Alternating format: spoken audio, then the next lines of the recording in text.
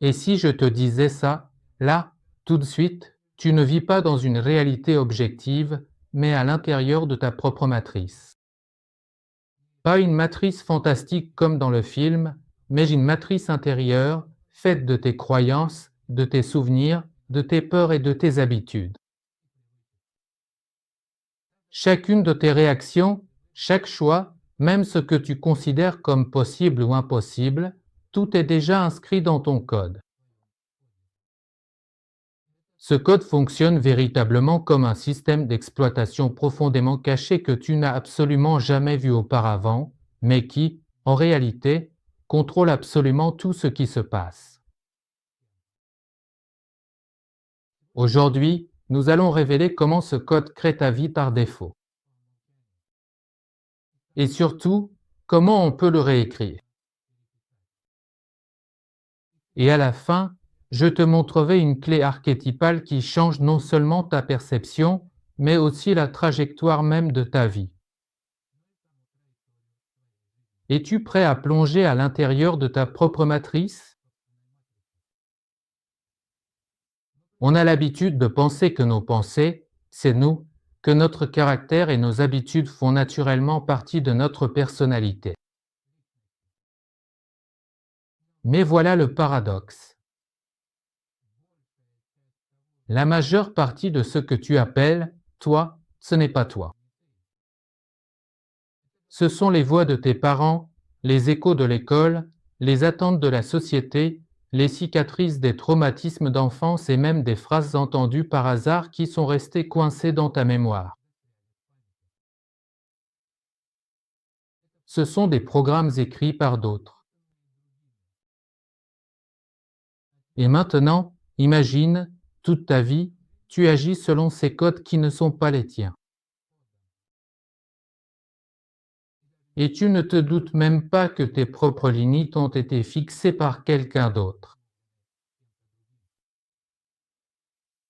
C'est justement pour ça que des millions de personnes ont l'impression de vivre en cage, même si les murs de cette cage sont invisibles.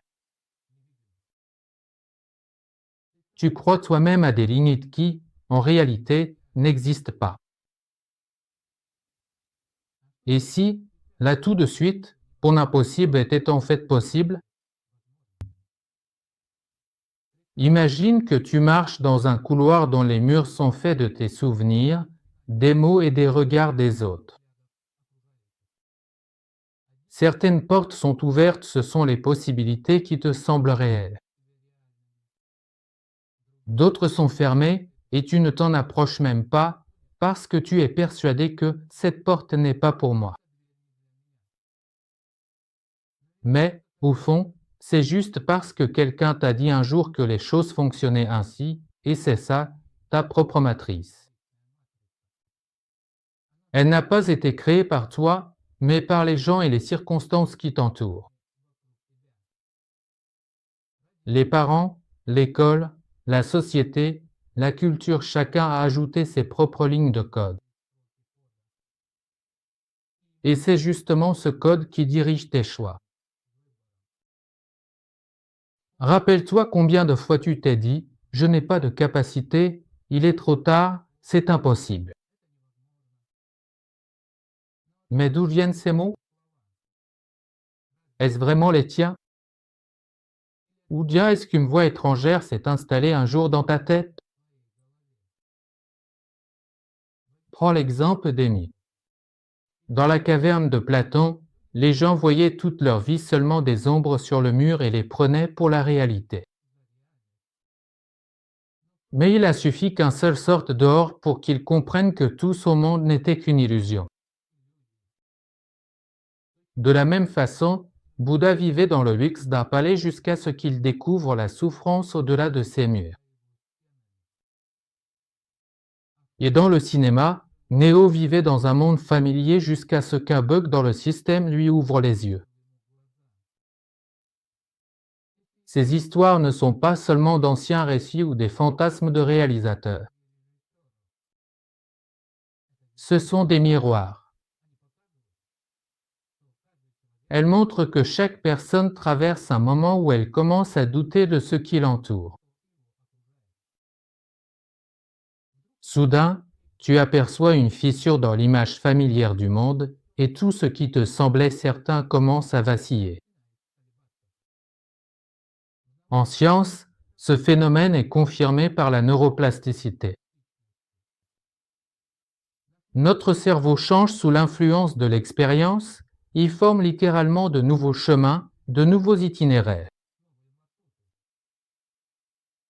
Mais si nous répétons sans cesse les mêmes pensées, je n'y arriverai pas, je me trompe toujours, alors nous renforçons les anciennes connexions. Et maintenant, imagine une situation réelle. Deux étudiants s'avancent pour passer un examen. Le premier est persuadé qu'il est nul. Il bute sur ses mots, perd le fil de ses pensées, oublie l'évidence. Le second se dit « J'ai révisé, je vais y arriver ». Et même s'il se trompe, il continue de répondre avec assurance. Qui obtiendra le meilleur résultat? Évidemment, un même examen, deux résultats différents.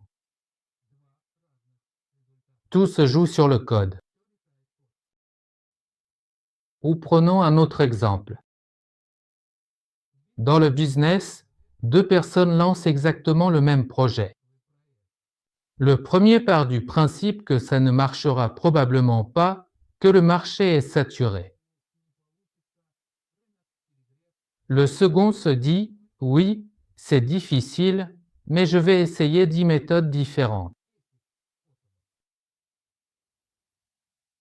Même dans des conditions absolument égales, le second individu ira beaucoup plus loin, car son programme interne cherche activement des solutions concrètes et non pas des excuses futiles. C'est justement pour cela que des millions de personnes ont l'impression d'être en cage. Même si les murs de cette cage sont invisibles. Tu crois à des limites qui, en réalité, n'existent pas. Mais ces limites ne sont qu'un code, un jour chargé dans ta conscience. Tu as déjà remarqué ça chez toi? Si tu te reconnais dans ces exemples, mets un like. Ça montrera qu'on avance ensemble sur la bonne voie. Maintenant, parlons de la façon de sortir de cette matrice et de commencer à réécrire ton propre code. La première chose à faire, c'est de remarquer quand le programme s'active. La prochaine fois que tu te surprendras à penser « je n'y arriverai pas » ou « ce n'est pas pour moi », arrête-toi. Demande-toi, est-ce vraiment un fait ou juste un vieux programme qui se répète depuis des années? Par exemple, tu veux parler à quelqu'un qui te plaît, mais à l'intérieur, tu entends « il va refuser de toute façon ». Arrête-toi et dis-toi, ce n'est pas une prédiction, c'est juste un vieux disque qui tourne dans ma tête. Rien que cette prise de conscience crée déjà une brèche dans l'ancien code. La deuxième étape, c'est de comprendre la source. D'où vient ce programme? Peut-être qu'elle vient de l'enfance.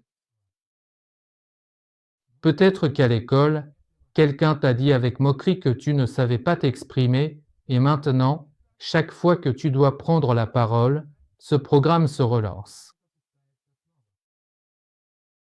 Mais si tu connais son origine, tu comprends déjà, ce n'est pas toi, c'est une voix étrangère restée dans ta mémoire. La troisième étape, c'est de créer de nouveaux programmes. La neuroplasticité du cerveau est ton allié. Quand tu répètes de nouvelles pensées, que tu les renforces par des images et de petites actions, de nouvelles connexions se forment dans ton cerveau. Par exemple, si auparavant tu pensais « Je ne suis pas un leader commence par une nouvelle affirmation, j'apprends à guider les autres et consolide-la par une action simple. Propose une idée lors d'une conversation et d'un collègue prend la responsabilité d'un petit projet. Chaque action de ce type crée une nouvelle voix dans ton cerveau. Pense au sport. Quand tu entraînes un muscle, c'est difficile au début, mais avec le temps, le mouvement devient naturel. C'est exactement pareil avec les pensées. Un nouveau schéma mental paraît d'abord étranger, puis il devient naturel. Encore un exemple. Imagine un musicien qui apprend une nouvelle mélodie. Les premières tentatives sont pleines d'erreurs, mais répétition après répétition, la mélodie devient claire. C'est pareil avec ton propre code. Chaque fois que tu choisis une nouvelle pensée et une nouvelle action, tu renforces ce nouveau chemin. C'est ainsi que naît le nouveau toi pas grâce à une illumination soudaine, mais par une réécriture constante et progressive du code. Quand la programmation intérieure change, le monde extérieur change aussi. Tu commences à voir des opportunités que tu ne remarquais pas auparavant. Tu entends des mots d'encouragement là où, avant, tu ne percevais que des critiques. Tu tentes quelque chose de nouveau et tu t'étonnes de voir que ça commence à marcher. Est-ce que ça t'est déjà arrivé? Quand tu as fait un pas qui te semblait absolument impossible à réaliser auparavant et que soudainement la réalité s'est parfaitement adaptée à cette nouvelle situation. Écris-le dans les commentaires. Ton histoire pourrait véritablement servir de piste et d'inspiration à d'autres personnes, ce qui serait très bénéfique. Chaque jour, tu renforces soit tes anciens schémas, soit tu en crées de nouveaux. Tu n'es pas obligé de vivre selon les scénarios des autres. Tu peux créer les tiens. Et c'est là que naît ta véritable force.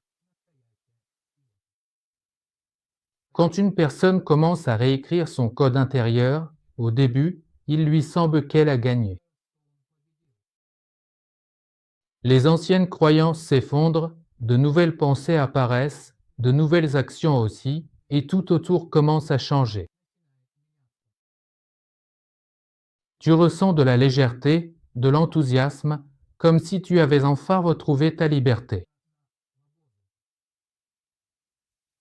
Mais c'est justement à ce moment-là qu'il se passe quelque chose dont presque personne ne parle.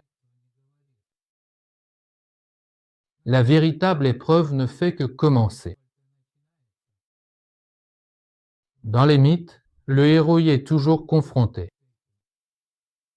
Il y a un moment de victoire, il trouve l'épée, affronte le monstre, s'échappe de sa prison. Mais après cela, il y a toujours une nouvelle épreuve, plus profonde encore. Hercule vainc le lion, mais il lui reste encore 11 autres travaux à accomplir. Bouddha quitte le palais, mais des années de lutte intérieure sous l'arbre de la Bodhi l'attendent. Neo, dans Matrix, prend conscience de la réalité, mais il doit ensuite faire un choix dont dépend le destin du monde entier. Il en va de même dans notre propre vie. Quand tu te libères des anciens schémas, un espace de liberté s'ouvre devant toi. Et ça sonne joliment, mais en réalité, c'est effrayant. Parce qu'avant, tu avais au moins un certain scénario. Il pouvait être limitant, il pouvait être lourd, mais il était compréhensible. Et maintenant, il n'y a plus de scénario. Devant toi, il y a une multitude de portes et c'est à toi de choisir. C'est ça, le paradoxe de la liberté. La plupart des gens pensent qu'ils veulent la liberté. Mais quand ils l'obtiennent, ils prennent peur et retournent se réfugier derrière les murs familiers. Ils reviennent à l'ancienne matrice parce que là-bas, même si ça fait mal, au moins c'est clair. C'est là que naît la question principale: es-tu vraiment prêt à être libre?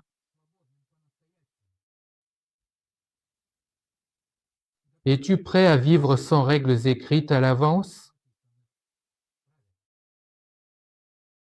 Sans les programmes des autres, sans garantie.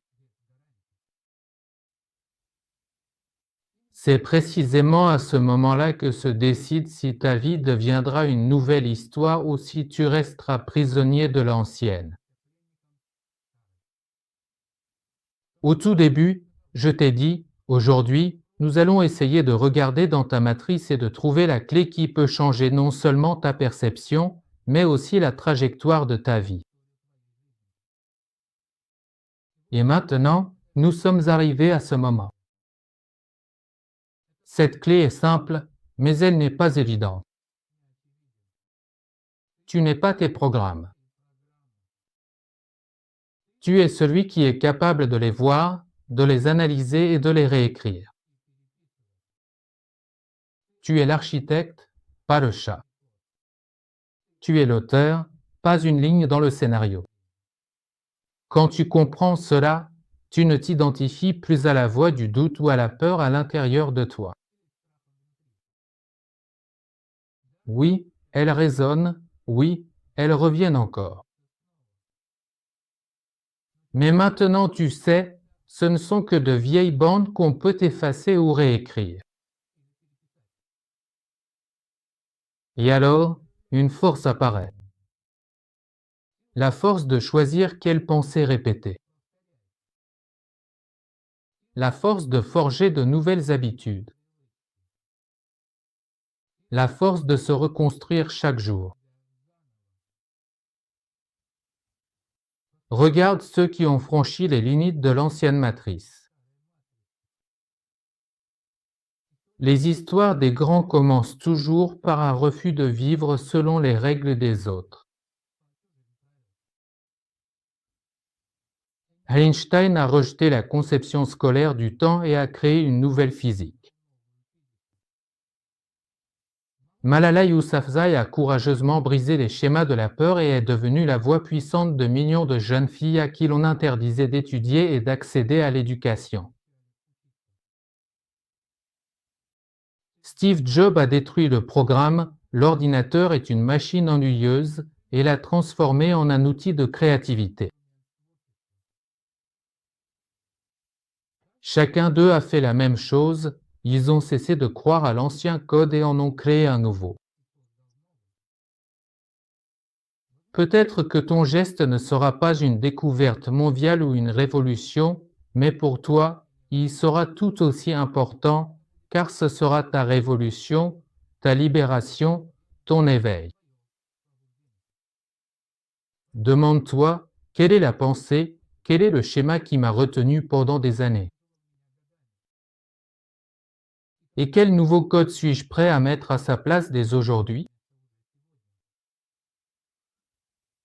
Peut-être que ce ne sont que les mots « je peux », mais ces mots changeront toute la trajectoire. Tu n'es pas obligé de vivre selon les scénarios des autres. Tu peux créer les tiens. Et c'est là que se révèle ta véritable liberté. Et abonne-toi pour ne pas perdre ce fil. Parce qu'il y a encore des niveaux bien plus profonds et complexes devant nous, Et ensemble, avec détermination, on pourra les traverser et les surmonter. Et si tu as un ami qui est peut-être coincé dans de vieux schémas de pensée, partage-lui cette vidéo importante. Et lieutenant, break time égale 0.5 SGT. Peut-être que c'est justement cette vidéo qui deviendra pour lui la clé qu'il attend depuis si longtemps ou celle qui, un jour, changera tout.